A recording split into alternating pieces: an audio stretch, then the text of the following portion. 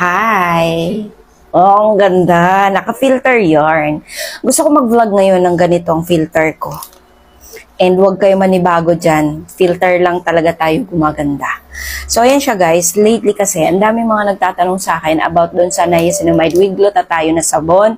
Kung kapag ginamit nila yon ay kailangan ba din ba mag-sunscreen?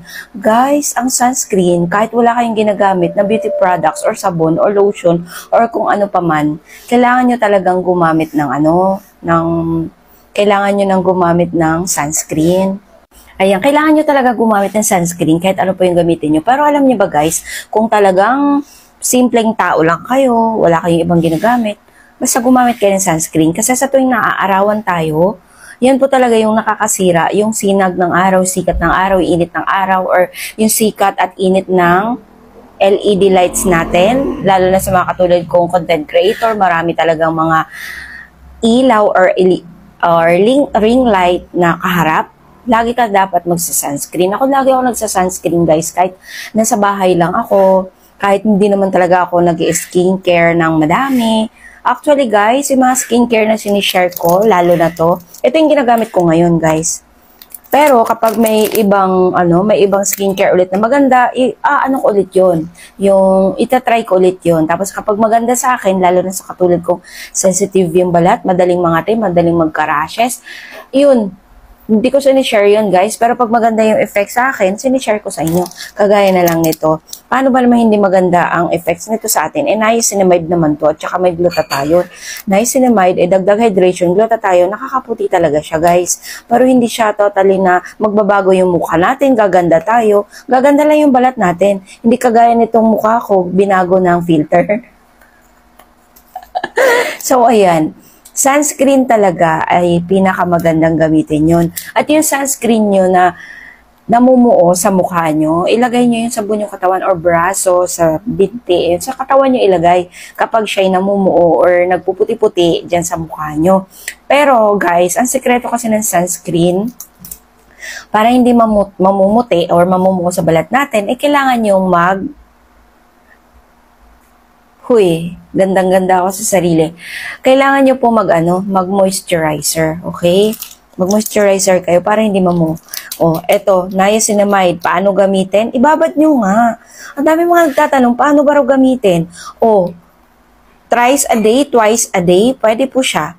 And then, sa tuwing naliligo kayo, ilang beses ba kayo naliligo sa isang araw? 3 beses, 2 beses, o 1 beses? Pwede nyo gamitin. Maghilamos kayo, itong gamitin nyo, ganun. Tapos, ibababad nyo nga 1 to 3 minutes. Kapag nasanay nyo yung balat nyo, 5 minutes hanggang 10 minutes. Ayun, kung kaya ba. Pero kapag hindi kaya ng balat nyo at nangangate, namumula, nagka-rashes, huwag nyo ibabad ng ganun. Siyempre, huwag nyo pilitin sarili nyo. Huwag nyo pilitin ang balat nyo na hindi naman pala kaya ng ganoong katagal. Huwag nyo pilitin. Kasi merong mga balat na hindi siya nagkakarashes, hindi siya nagkakarashes, hindi namumula, pero nangangati naman. Kaya huwag mong papatagalin. I think kapag nangati ka, di babad mo lang siya ng 1 to 3 minutes o 1 to 2 minutes. Ganun lang siya. Okay? Pero pag nasanay nyo yung skin nyo, ay ibabad nyo na siya ng medyo matagal-tagal. So, ayun. Marami kasing mga gumagamit ng sabon na basta nila isinasabon. Basta bumula, babanlawan, ayun, ganun. Hindi siya ganun, guys. Kapag mga ganitong sabon, kapag mga whitening soap, kailangan nyo talaga magbabad ng ilang minuto.